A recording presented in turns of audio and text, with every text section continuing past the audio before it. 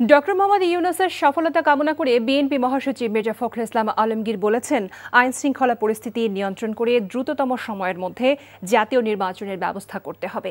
বৈষম্য বিরোধী আন্দোলনে আহত হওয়া শিক্ষার্থী ও সাধারণ মানুষকে দেখতে গিয়ে তিনি এ কথা বলেন। হাসান মাহমুদের রিপোর্ট। বৈষম্য বিরোধী আন্দোলনের সময় আহত শিক্ষার্থীদের খোঁজ খবর নিতে রাজধানীর অর্থোপেডিক হাসপাতাল ও পুনর্বাসন প্রতিষ্ঠানে যান বিএনপি নেতারা।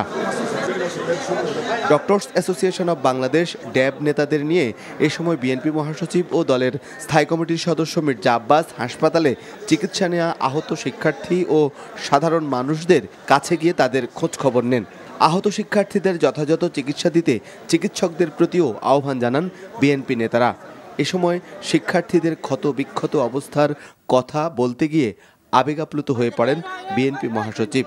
আমি এখানে যে দৃশ্য দেখেছি, এই দৃশ্য দেখার মতো নয়।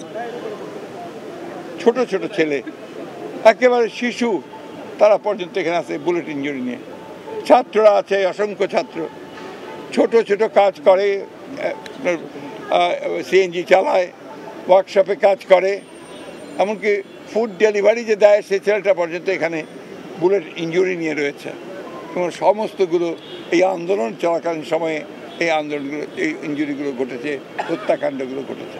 এক প্রশ্নের জবাবে মির্জা ফখরুল আশা প্রকাশ করেন, ডক্টর মোহাম্মদ ইউনূস অন্তর্বর্তীকালীন সরকার পরিচালনায় সফল হবেন। তিনি বলেন, যত দ্রুত সম্ভব গণতন্ত্র ফিরিয়ে আনতে হবে। এ সময় নতুন সরকারের কাছে 3টি চাওয়া তুলে ধরেন মির্জা ফখরুল।